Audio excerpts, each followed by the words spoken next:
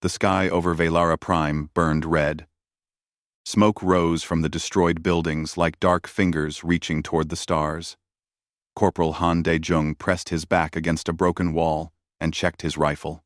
3 shots left. Maybe 4 if he was lucky. Dae-jung, status report. Lieutenant Park Ji-won's voice crackled in his earpiece. Still alive, he replied. Barely. Somewhere to his left. Private Choi Tae-min was breathing too fast. The kid was 19, fresh from Earth, and this was his first real battle. Dae-jung remembered being that young once. It felt like a lifetime ago. The Cravathi artillery had stopped 5 minutes ago. That was never a good sign. It meant they were coming on foot. Dae-jung had been fighting the Cravathi for 7 years. 7 long years of running, hiding, and watching friends die.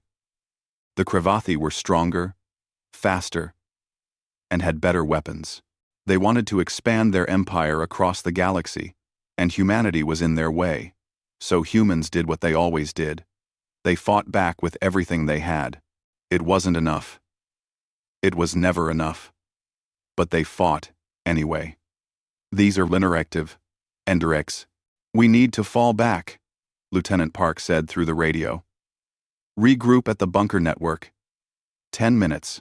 10 minutes. Dae-jung looked at the ruined settlement around him.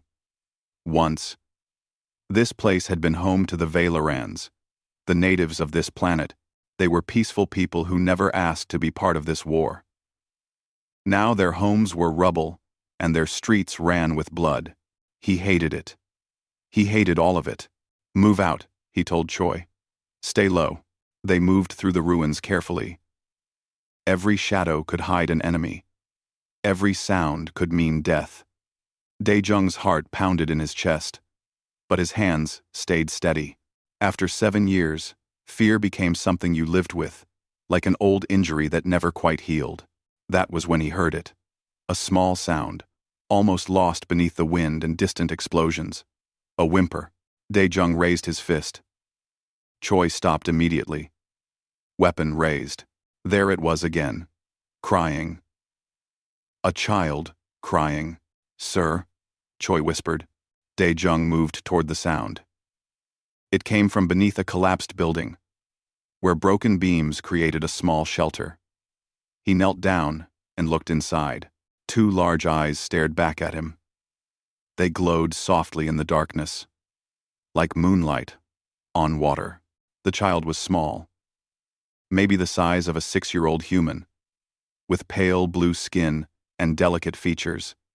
A Valeran. Hey, Dae-jung said softly. It's okay. I won't hurt you. The child pressed back against the rubble, trembling. Dae-jung could see cuts on her arms and legs. Her clothes were torn and dirty. How long had she been hiding here? We don't have time for this, Choi said nervously. Lieutenant Park said 10 minutes. Dae-jung ignored him. He set his rifle down slowly and held out his hand. Friend. The child watched him with those glowing eyes. Then, slowly, she reached out.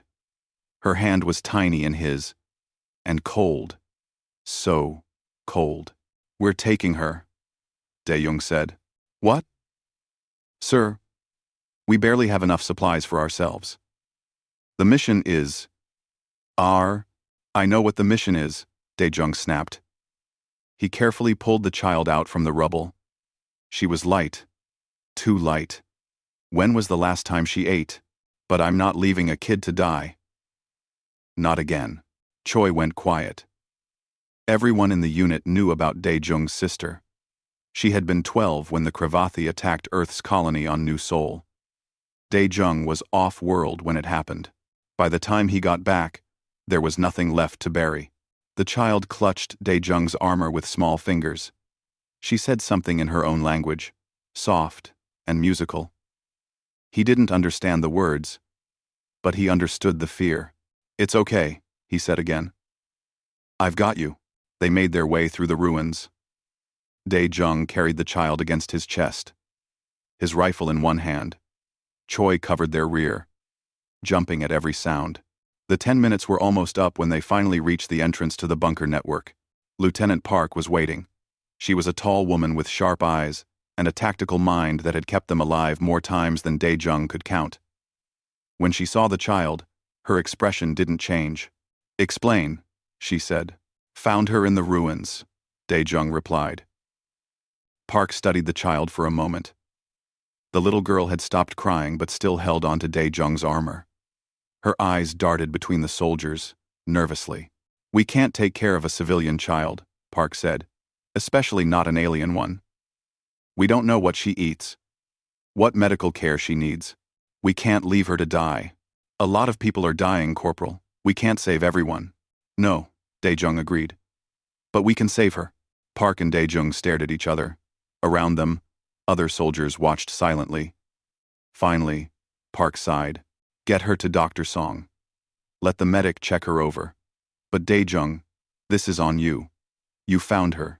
You take care of her." "Yes, ma'am." The bunker network was dark and cramped.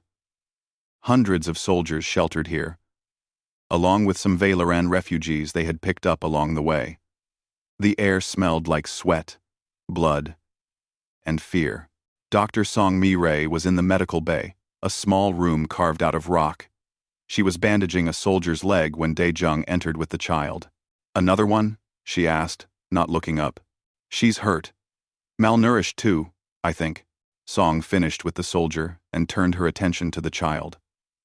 The little girl tried to hide behind Dae-jung, but the medic's gentle hands and soft voice eventually coaxed her onto the examination table. "Dehydration, minor cuts, possible broken rib," Song said as she worked. "She's lucky you found her. Another day out there and she wouldn't have made it." Dae-jung watched as Song cleaned and bandaged the child's wounds. The little girl winced but didn't cry out. She was brave. Too brave for someone so small. "Does she have a name?" Song asked. "I don't know. I can't speak Valoran." The child looked at Dae-jung when he said that. She pointed at herself and said something that sounded like several musical notes strung together. Then, she looked at him, expectantly. "I don't think I can pronounce that," Dae-jung admitted. Song smiled. "What about Hana?" "It means one in Korean.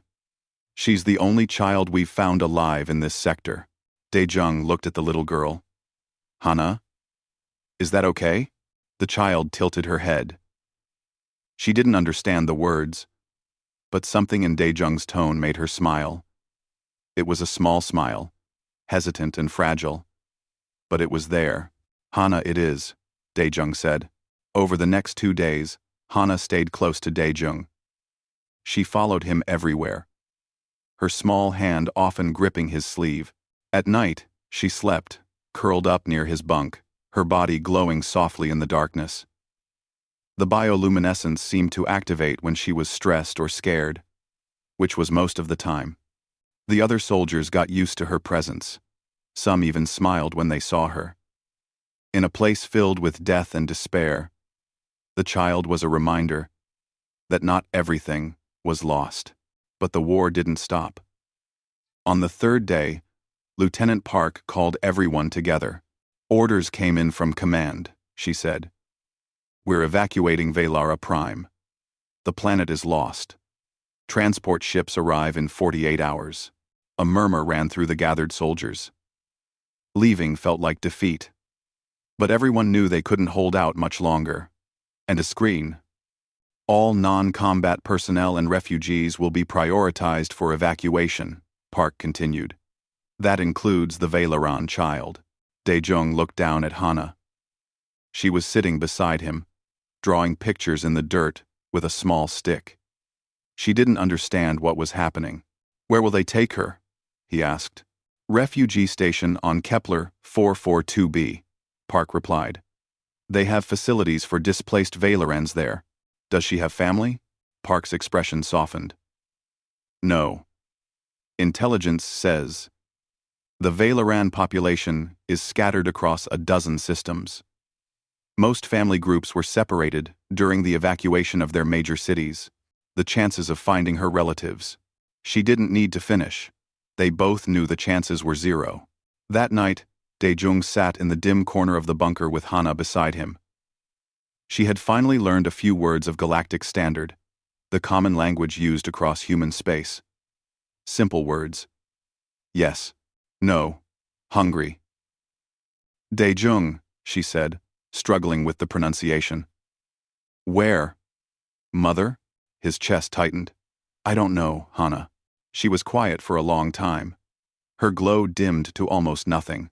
Then she looked up at him with those enormous eyes and asked in her broken standard, Will you be my family? Daejung froze. The bunker seemed to go silent around him. He saw Private Choi stop cleaning his weapon. Other soldiers looked over. Even Lieutenant Park, standing nearby, turned to listen. The question hung in the air like smoke. Daejung stared at the small alien child sitting beside him. Hana's question echoed in his mind. Will you be my family? He thought about his sister. Minji had been 12 when she died. She loved drawing pictures of stars and always said she wanted to explore the galaxy. The Kravathi took that dream away from her. They took everything away. For 7 years, Daejung had been a soldier. He killed enemies. He destroyed their weapons and their bases. He was good at breaking things. That was what war made him. But family? Building something instead of destroying it? He didn't know if he remembered how. Hana was still looking at him, waiting. Her glow had grown dimmer, like she was afraid of his answer. Daejung knelt down so he was at her eye level. His knees touched the cold stone floor of the bunker. Around them, soldiers had stopped what they were doing. Everyone was watching. Hana, he said slowly, making sure she could understand. I don't know if I can be your family. I'm a soldier. I break things. I destroy. That's what I do. Her glow dimmed even more. She looked down at her small hands. But, Daejung continued, and her eyes lifted to his again. If you'll teach me how to build again, how to protect instead of destroy, then yes, I will be your family.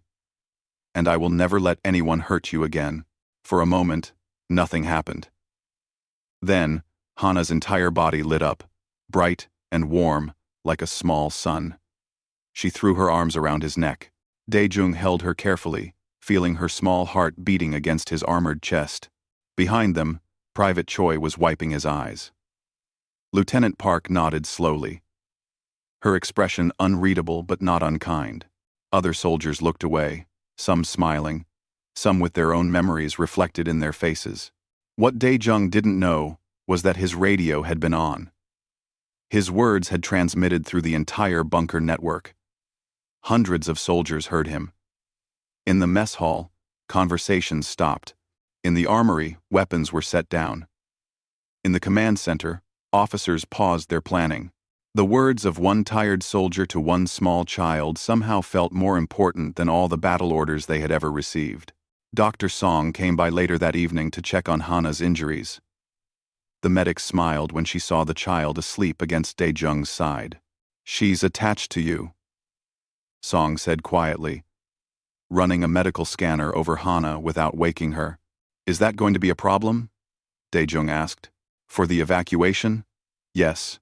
Song put away her scanner. The refugee stations are overwhelmed. They prefer children who can adapt to group care. One who's bonded to a specific person. They might not accept her. Then I'll go with her. Song raised an eyebrow. You're combat personnel. They won't discharge you just because you made friends with a refugee child. No. No. No. No. Friends? Daejung looked down at Hana. I told her I'd be her family. And what happens when you get called back to fight?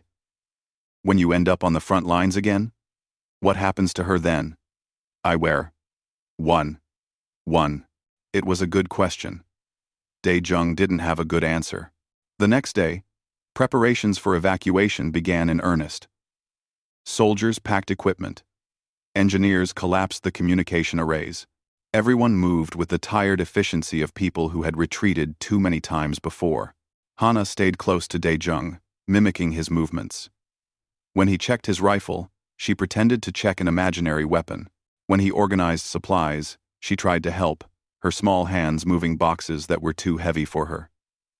The other soldiers found it amusing, and even in the grim atmosphere, there were occasional smiles.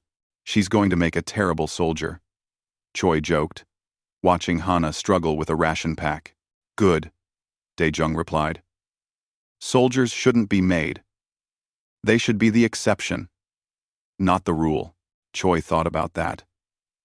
Is that why you're doing this? Taking care of her? Because you're tired of making soldiers?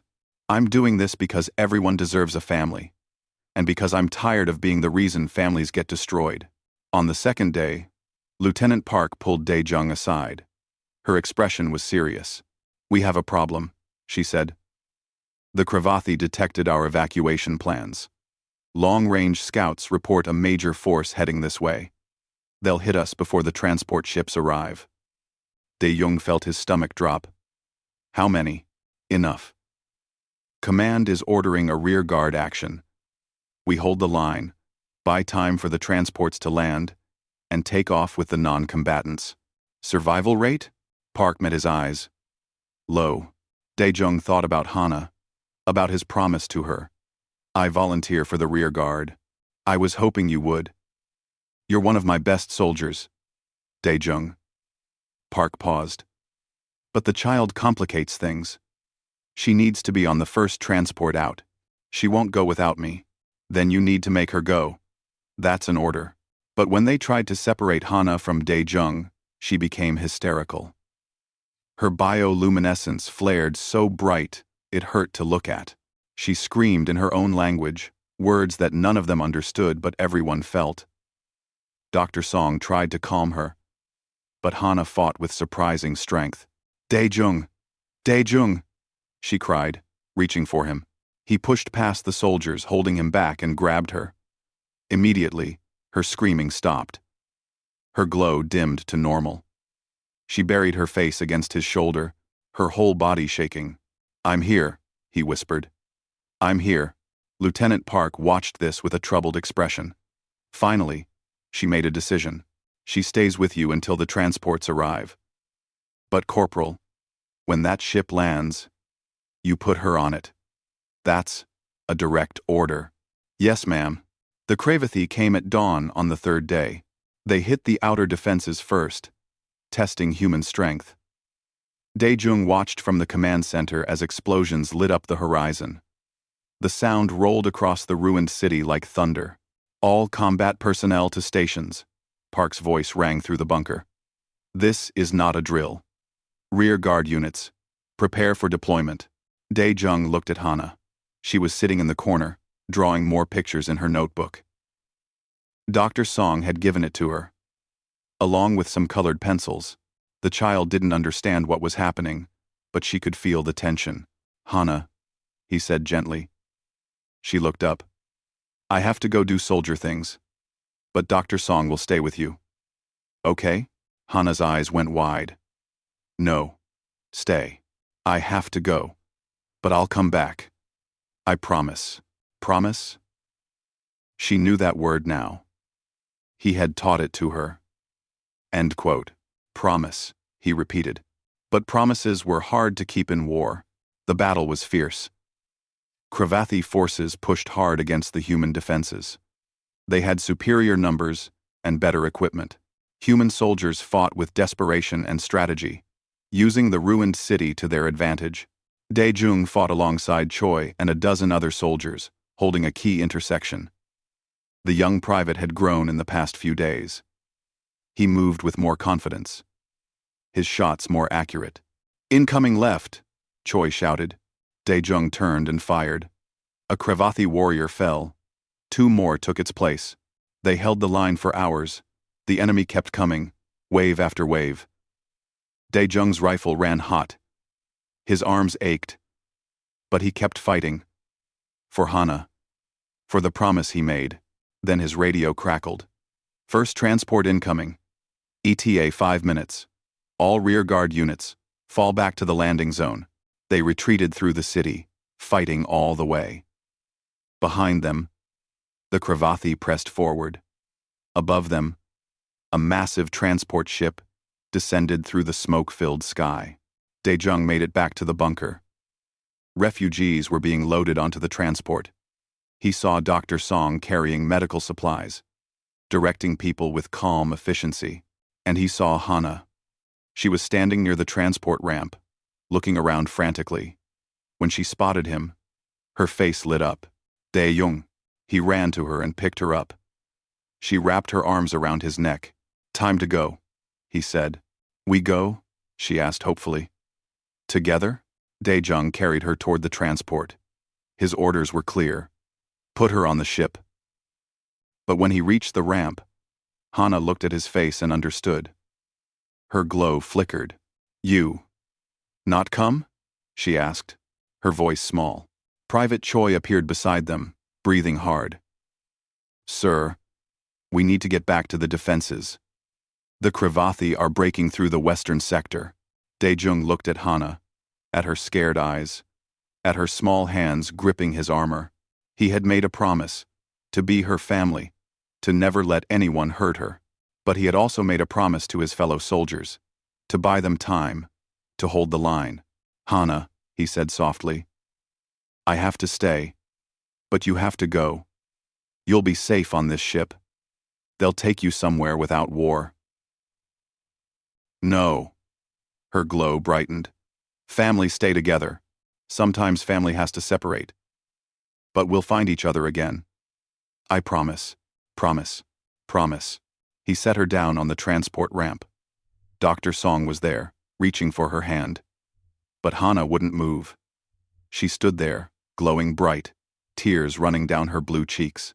"Please," Daejung said, "be brave for me." The transport's engines roared to life.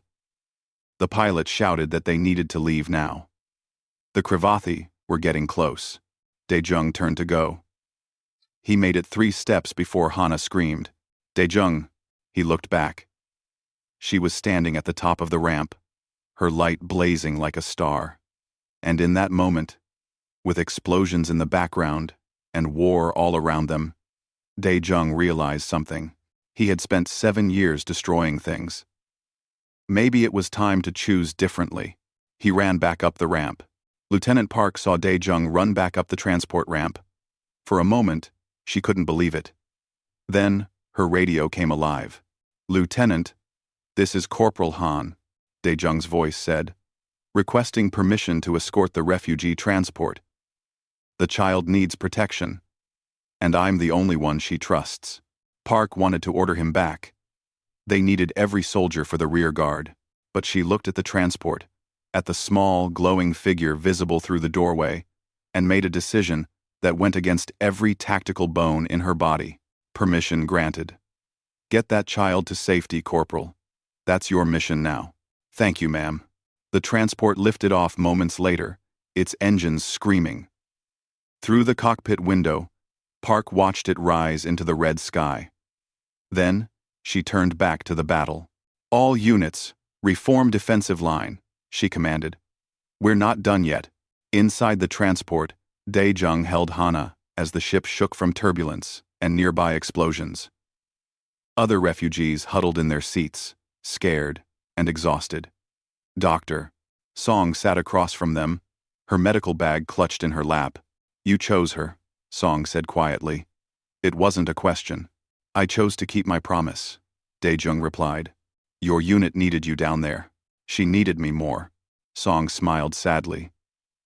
"You're either very brave or very foolish. Maybe both."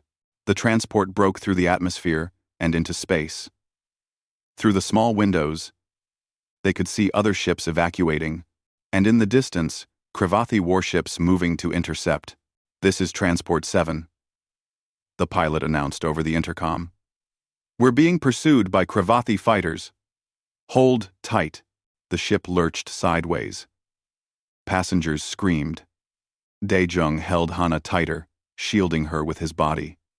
Her bioluminescence flared in fear, lighting up their corner of the transport. "It's okay," he said. But even as he said it, he wasn't sure. Through the window, he could see energy blasts from the Krivathi fighters. One hit the transport's shield, and the whole ship shuddered. "We're not going to outrun them," the co-pilot shouted. Then, something unexpected happened. A voice came over the emergency channel, speaking in heavily accented Galactic Standard. "Human transport.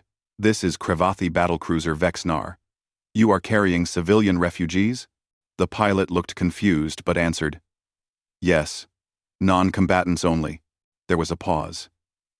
Then, "You also carry the human soldier who spoke of family. The one whose words were broadcast." Explain. Daejung felt his blood run cold. "How did they know about that?" "We intercepted your communications," the Krevathi voice continued. "The soldier who promised to protect the alien child. He is aboard your vessel." Dr. Song looked at Daejung with wide eyes. Before he could say anything, Hana stood up.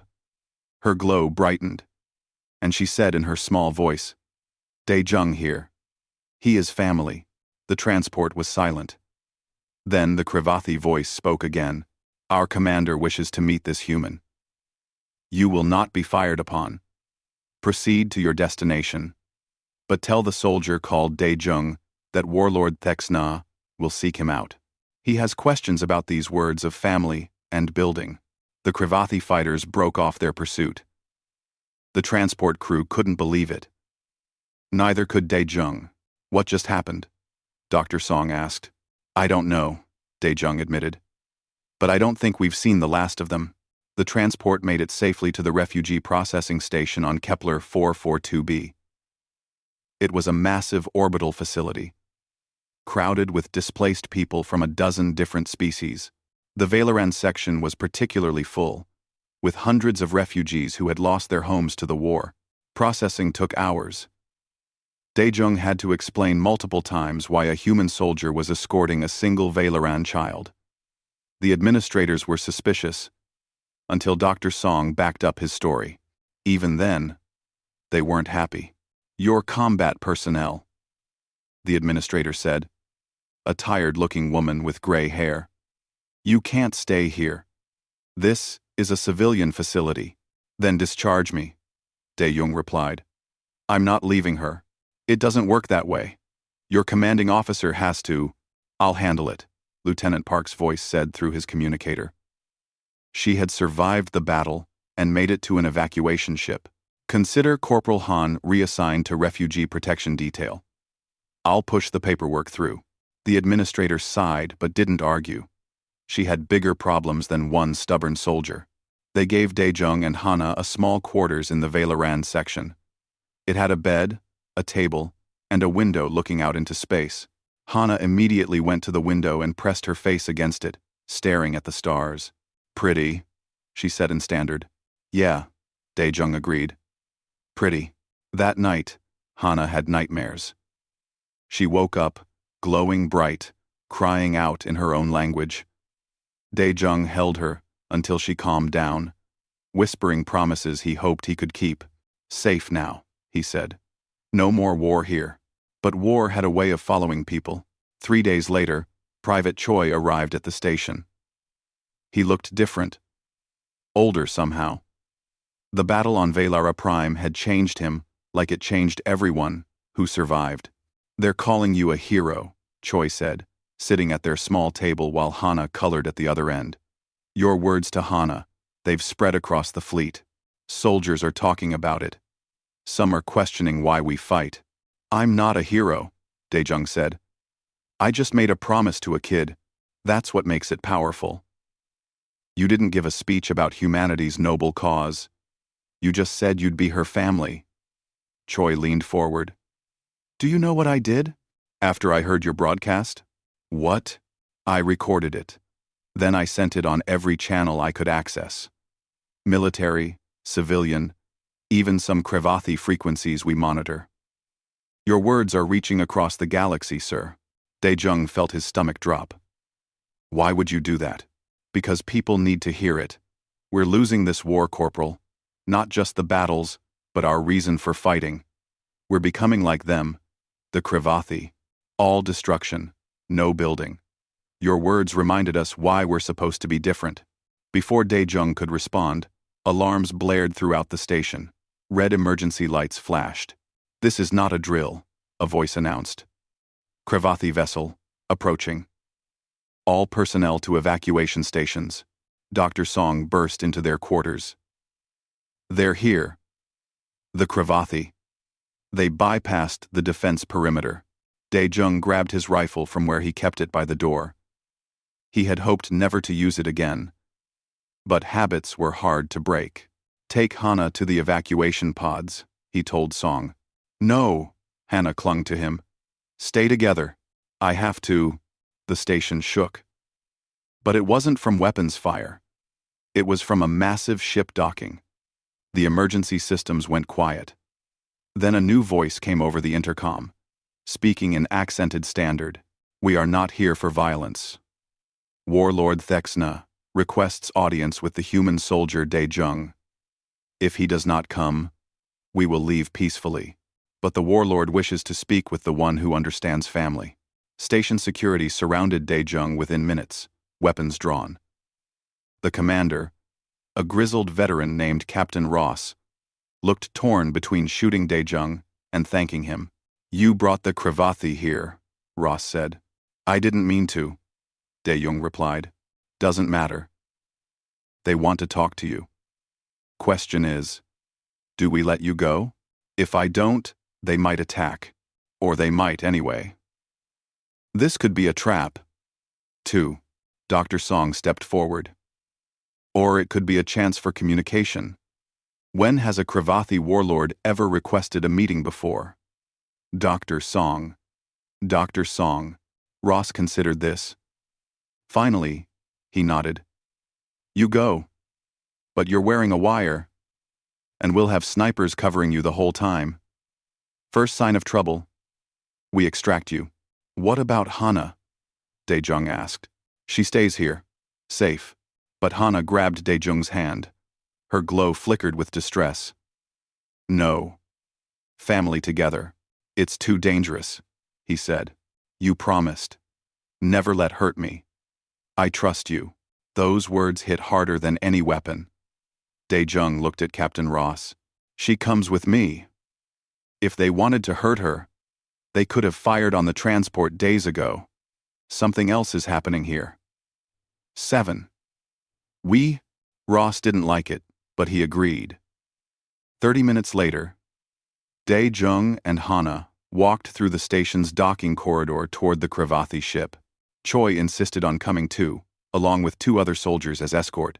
The Cravathi ship was massive, dark metal covered in weapon systems. The airlock opened with a hiss of equalizing pressure.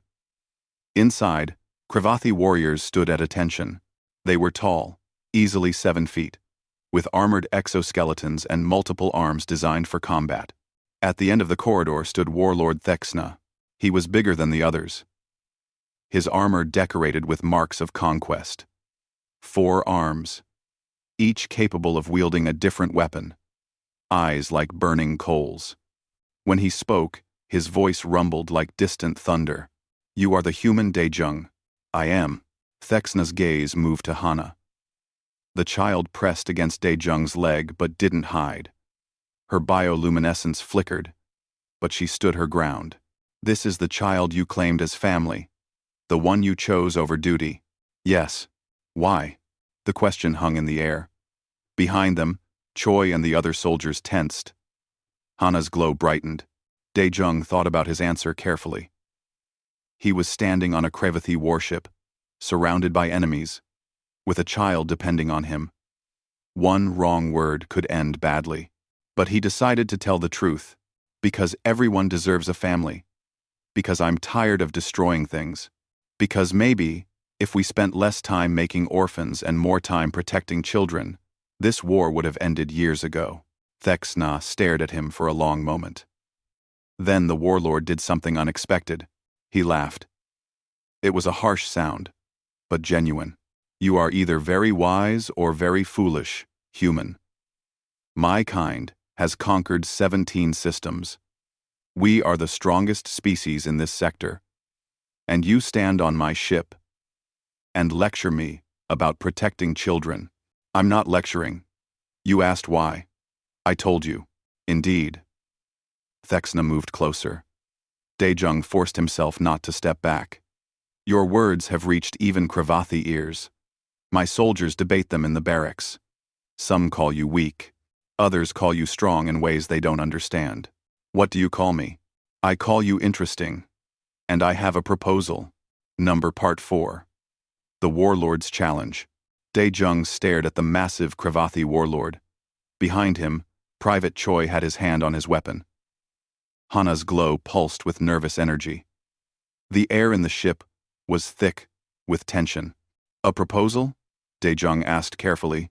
Warlord Texna nodded, his forearms moving in a gesture that might have been the Kravathi equivalent of a shrug. Your broadcast has caused problems in my ranks. Soldiers questioning orders. Warriors debating philosophy instead of strategy. This is not how an empire functions. Then why not just ignore it? Because I cannot. Texna's burning eyes fixed on Daejung. I lost a youngling. 5 years ago, during the siege of Kelvora. The humans fought hard there. They destroyed the shelter where my offspring was waiting. When I found the body, I swore to burn every human world to ashes. The confession hung in the air. Daejung felt something twist in his chest. The warlord who had killed thousands, who had ordered the destruction of colonies, was also a father who had lost a child. I'm sorry, Daejung said quietly. Texna's head tilted. You apologize? Your people killed my offspring, and your people killed my sister. But that doesn't make either loss hurt less. Daejung put his hand on Hana's shoulder. War makes orphans on both sides. The warlord was silent for a long moment. Then he spoke again. Here is my proposal. You say you value building over destroying. You say family matters more than victory. Prove it. How? You will disarm completely. No weapons, no armor. You and the child will walk across the contested zone on Velara Prime. My forces still hold the southern sector. Human forces hold the north. You will cross from human lines to mine with only your words and your promise to protect the child. Choi stepped forward. That's suicide. Your soldiers will kill them. Perhaps, Texna agreed. Or perhaps they will do as I command and allow safe passage. If the human reaches my lines alive, I will withdraw all Kravathi forces from Velara Prime. The planet will be declared neutral territory. And if I refuse? Daejung asked. Then the war continues as before. More children die on both sides. More families are destroyed. It was a trap, obviously, but it was also an opportunity. Daejung looked down at Hana. She was watching him with those large, trusting eyes. I'll do it, he said. But Hana stays here. Somewhere safe. No, Texna said firmly. The child comes. That is part of the test. You claim you will protect her. Show me. Show my warriors that a human can value one small life more than military victory. That's insane. That is the proposal. Accept or decline. Daejung's mind raced. Every tactical instinct screamed at him to refuse. This was a trap. It had to be. But he thought about his promise to Hana, about the broadcast that had spread across the galaxy, about what his choice would mean. If he refused, nothing changed. The war continued. More people died. If he accepted and failed, he and Hana would die. But at least he would die keeping his promise. If he accepted and succeeded, it might open a door to something new. Hana tugged on his sleeve. Daejung? What is happening? He knelt down to her level. The warlord wants us to take a walk. A dangerous walk. Together? Together. She thought about this. Then she nodded. Okay. You promised to protect me. I trust you. That trust felt heavier than any weapon he had ever carried. I accept, Daejung told Texna. When do we start? Tomorrow at dawn. I will inform your command. They will be told to hold fire. Whether they obey is their choice, just as whether my warriors obey is mine. The test is for both our species. The meeting ended. Dae-jung and his escort returned to the refugee station. Captain Ross was waiting, along with Lieutenant Park, who had arrived on a recent transport. "You agreed to what?" Park asked, her voice carefully controlled. "It's a chance to save Velara Prime," Dae-jung explained. "To stop the fighting there. It's a chance to get yourself killed," Ross snapped. "This is obviously a trap. The Cravathi don't make deals. Neither do we, usually." "Maybe that's the problem." Park studied him. "You really think you can trust Thexna?" "No. But I trust that he's telling the truth about losing a child. That kind of pain, it's the same in any species. It changes you. It's still suicide," Ross insisted. "Probably," Dae-jung agreed. "But I made a promise to Hana, and if keeping that promise can end the fighting on one planet, save even a few lives, then it's worth the risk." Park was quiet for a long time. Then she nodded slowly. "I'll inform command.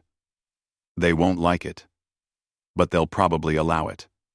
The chance to reclaim Velara Prime without more casualties is too valuable to refuse." That night, Dae-jung couldn't sleep. He sat by the window with Hana curled up next to him, her soft glow illuminating the small room. Dr. Song came by with medical supplies, just in case. "You don't have to do this," Song said quietly. "Yes, I do." "Why?" "You could request a transfer, get assigned somewhere safe. Raise Hana away from all this, because Private Choi was right." My words reached across the galaxy. People heard them. If I back down now, it means nothing. But if I walk across that battlefield tomorrow and survive, it means something. It means change is possible. Song smiled sadly. "You've become a symbol. That's a heavy burden. Heavier than watching more kids lose their families to this war?"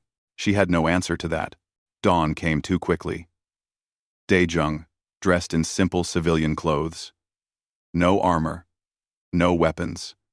Just him and Hana, walking toward potential death. Lieutenant Park and Private Choi insisted on escorting them to the human forward position on Velara Prime. The planet looked worse than when they had left it. More destruction. More fire. More death. The human commander at the forward base was a colonel named Yang. "You're walking into a kill zone," Yang said, looking through binoculars at the Cravathi lines 3 kilometers away. "My snipers have standing orders to fire on any Cravathi movement." You're 5. Lokstaxt.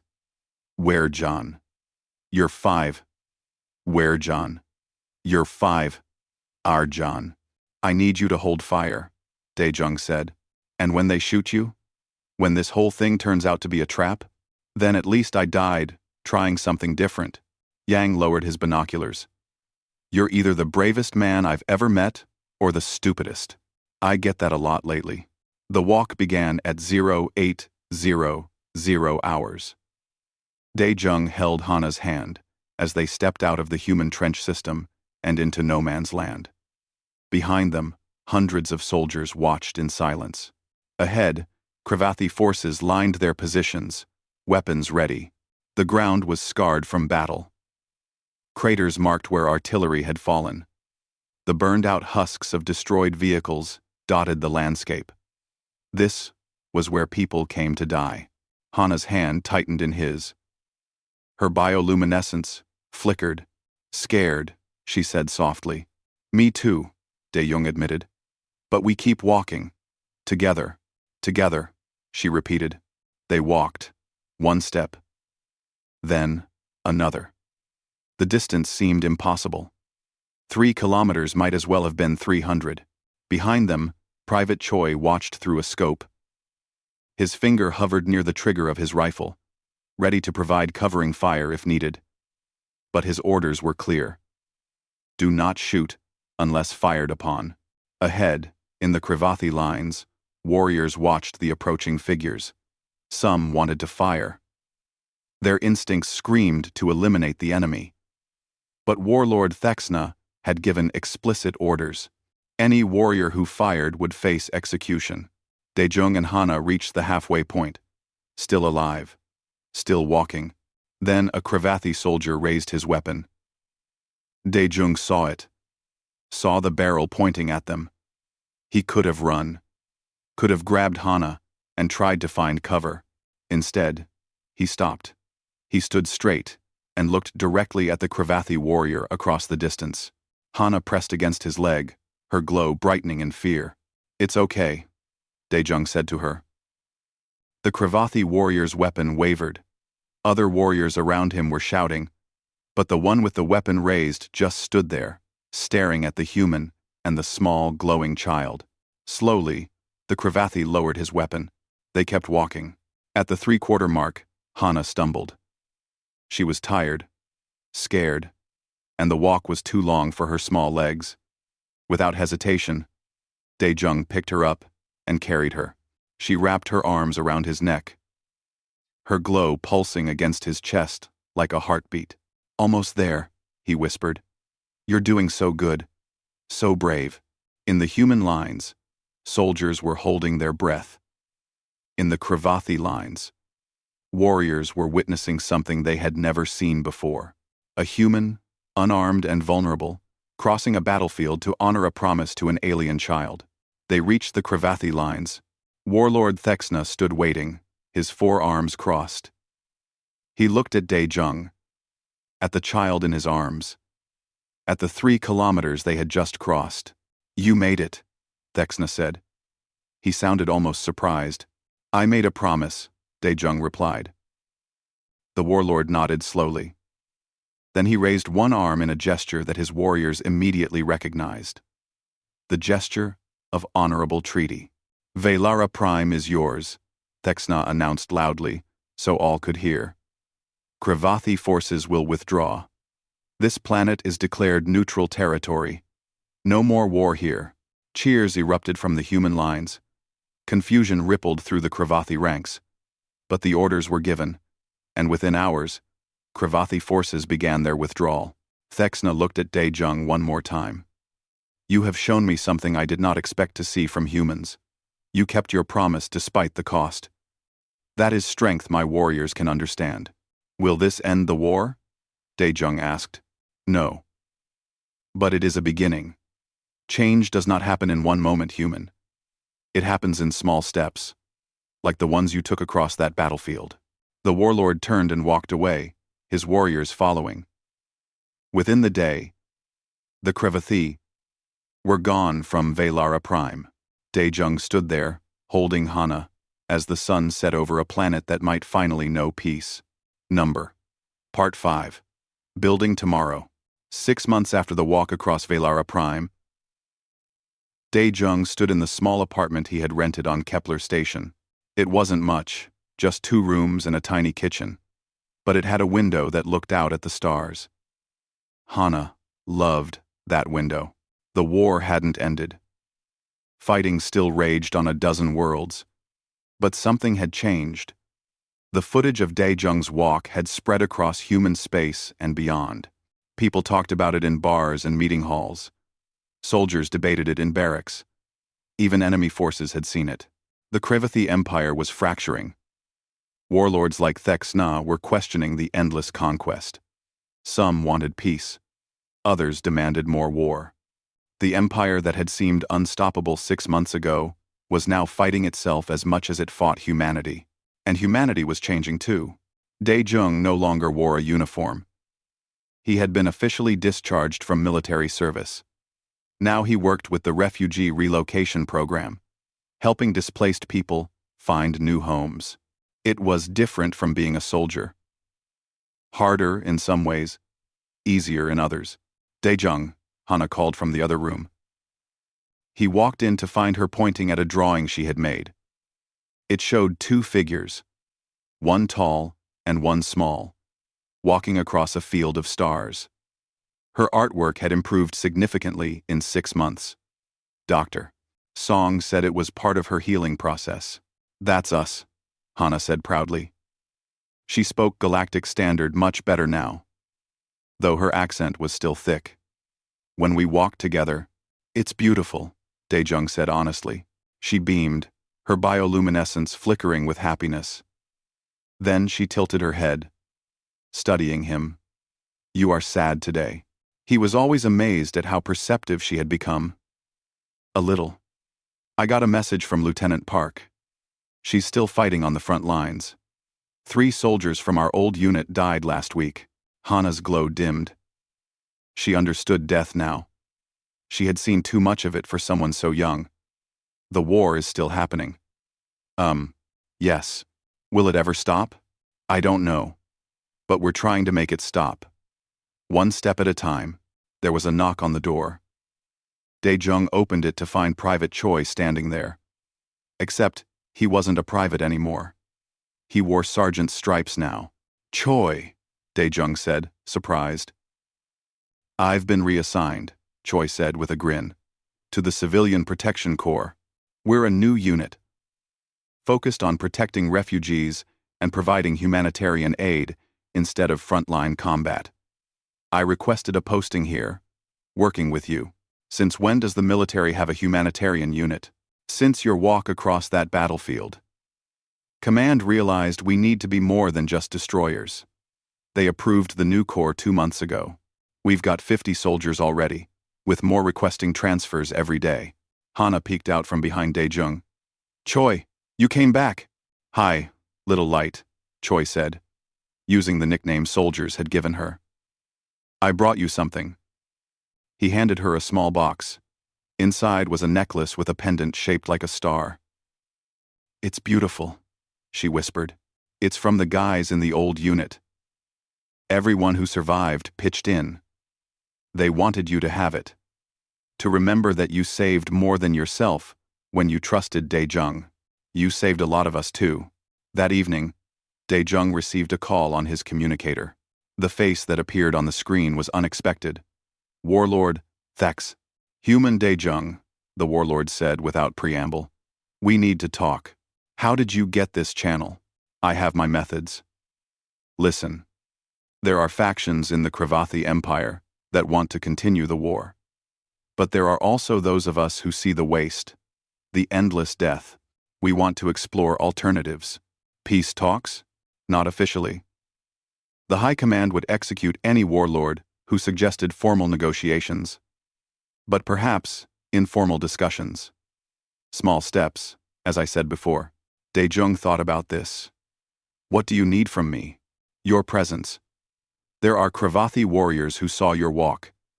They have questions about human philosophy, about this concept of choosing to build rather than destroy. I am organizing a meeting, neutral territory. Will you come? Why me? I'm nobody special. You are the human who kept his promise. That makes you more important than any general or politician. Will you come? 8. Crete. Prom. Dae-jung looked at Hana, who was playing with her new necklace. He thought about Lieutenant Park, still fighting. About the soldiers who had died. About the choice he had made 6 months ago. I'll come, he said. But Hana comes with me. We're family. We don't separate. Thexna's expression was unreadable. Agreed. I will send coordinates. The meeting took place 2 weeks later on a neutral space station run by an independent merchant collective. It was small, with only a dozen Kravathi warriors and an equal number of humans. No weapons were allowed. Dr. Song insisted on coming too. Someone needs to keep you out of trouble, she said. The Kravathi warriors were intimidating even without weapons. They were bred for combat, trained from birth to conquer. But when they saw Hana, something in their expressions shifted. One warrior knelt down to her level. You are the child from the broadcast, the one the human claimed as family. Hana nodded, pressing close to Dae-jung but not hiding. He is my father now. He keeps promises. Your species is not his species. Family is not about species, Hana said with the simple logic of a child. It is about love and protection. The warrior looked up at Dae-jung. We Kravathi do not have this concept. We are bred in hatcheries, trained by the state. Individual family units are considered weakness. Maybe that's why you're always fighting, Dae-jung said. When you have nothing to protect except territory and pride, war becomes the only purpose. The discussions went late into the night. The Kravathi warriors asked questions about human families, about relationships, about why someone would choose to protect a stranger. Daejung answered as best he could, but it was Hana who often provided the most powerful responses. Her simple understanding of love and trust cut through complicated philosophy. "I was alone," she told them at one point. "My mother was dead. My home was destroyed. I had nothing. But Daejung chose me. He could have left me. He could have kept fighting, but he chose to be my family instead." The room was silent after she spoke. Then, one of the Kravathi warriors, a scarred veteran named Keshra, stood up. "I had a nestmate," Keshra said quietly. "We hatched together, trained together. When he fell in battle, I was told to forget him. That emotional attachment was weakness, but I never forgot. I still think about him." Other warriors began sharing similar stories. The Kravathi culture forbade expressing such feelings. But here, in this neutral space, they finally could. Years of suppressed grief and loss poured out. Thexna watched all of this with his burning eyes. When the meeting finally ended, he spoke to Daejung privately. "You have done something dangerous," the warlord said. "What do you mean?" "You have shown my warriors that there is another way to exist. That strength can come from connection rather than conquest. This will spread. It will challenge everything the Kravathi Empire stands for. Is that a problem?" The Xna's mandibles moved in what might have been a smile. "It is a revolution. Small, quiet, but a revolution nonetheless. Many will resist. But some of us are tired of endless war. We want to build something new." Over the following months, more meetings happened. More Kravathi and humans talking, sharing, trying to understand each other. The official war continued, but underneath, something new was growing. Lieutenant Park visited when she could. She had been promoted to captain and now commanded a full company, but she made time to see Daejung and Hana. "Command is furious," she told Daejung over coffee. "These informal talks aren't authorized, but they also can't deny the results. Kravathi forces are less aggressive in some sectors. Some warlords are withdrawing from contested areas without being ordered to. Change takes time," Daejung said. "Yes. But it's happening. Because of you. Because you chose one child over a battle. I just kept a promise. That's what makes it powerful. You didn't try to be a hero. You just tried to be a father." Hana was thriving. She attended school with other refugee children, learning and playing like any normal child should. But she never forgot where she came from. Once a week, she and Daejung visited the war memorial on the station, placing flowers for the fallen. Dr. Song continued working as a medic, but she also spent time with them. She had become like an aunt to Hana, teaching her about medicine and science. The little girl soaked up knowledge like a sponge. "She's brilliant," Song told Daejung one day. "She could become a doctor, an engineer, anything she wants. As long as she's happy and safe, I don't care what she becomes," Daejung replied. 1 year after the walk across Velara Prime, the Galactic Council formally acknowledged humanity. It was a huge step. Before, humans had been seen as aggressive newcomers, too violent to join the established galactic community. But the footage of Daejung's walk, and the changes it sparked, had shifted perceptions. Humanity has shown, the council representative announced, that they possess not just the strength to wage war, but the wisdom to choose peace. They have demonstrated compassion even toward their enemies. This is the mark of a mature civilization. The news spread quickly. On Earth and its colonies, people celebrated. But Daejung watched the broadcast from his small apartment, with mixed feelings. "Is it true?" Hana asked. "Is the war ending?" "Not yet," he said honestly. "But we're closer than we've ever been. Because of us? Because of our walk? Because a lot of people made brave choices." Yes, our walk was part of it. But so were the Kravathi warriors who questioned their orders. The soldiers who joined the Civilian Protection Corps, The diplomats working on peace talks. Change happens when many people choose differently. She thought about this. I am glad you chose me. I'm glad you trusted me, Dae-jung replied, pulling her close. That night, Hana had a nightmare again. They were less frequent now, but still happened. Dae-jung held her as she cried, her bioluminescence flickering wildly. I dreamed about my mother, she said through tears. I miss her. I know. I miss my sister too. Does it ever stop hurting? No, he said honestly. But it gets easier. And we learn to carry the hurt while still finding happiness. She wiped her eyes. You are a good father. Those words meant more than any medal or recognition ever could. 2 years after the walk, formal peace talks began between humanity and the Kravathi Empire.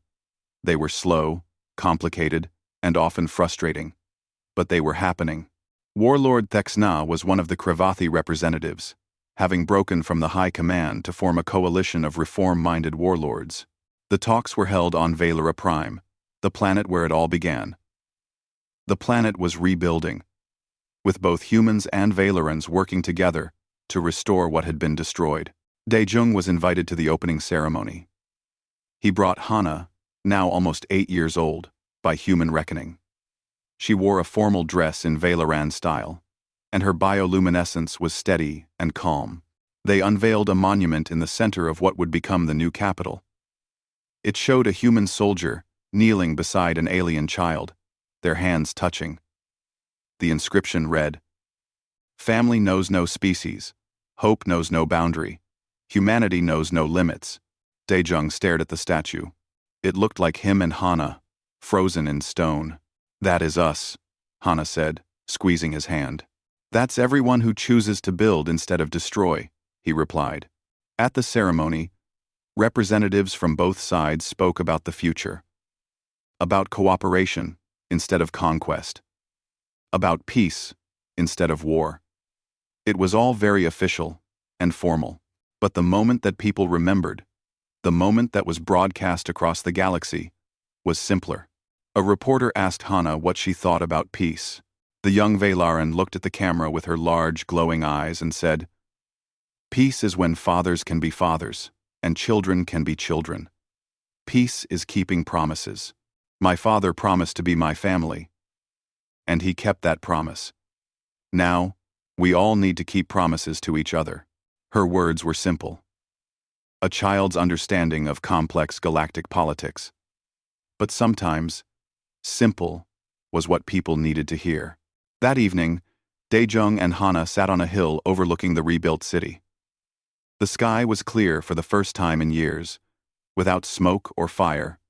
Stars glittered above them. Do you ever miss being a soldier? Hana asked. Dae-jung thought about it. Sometimes, but only the good parts.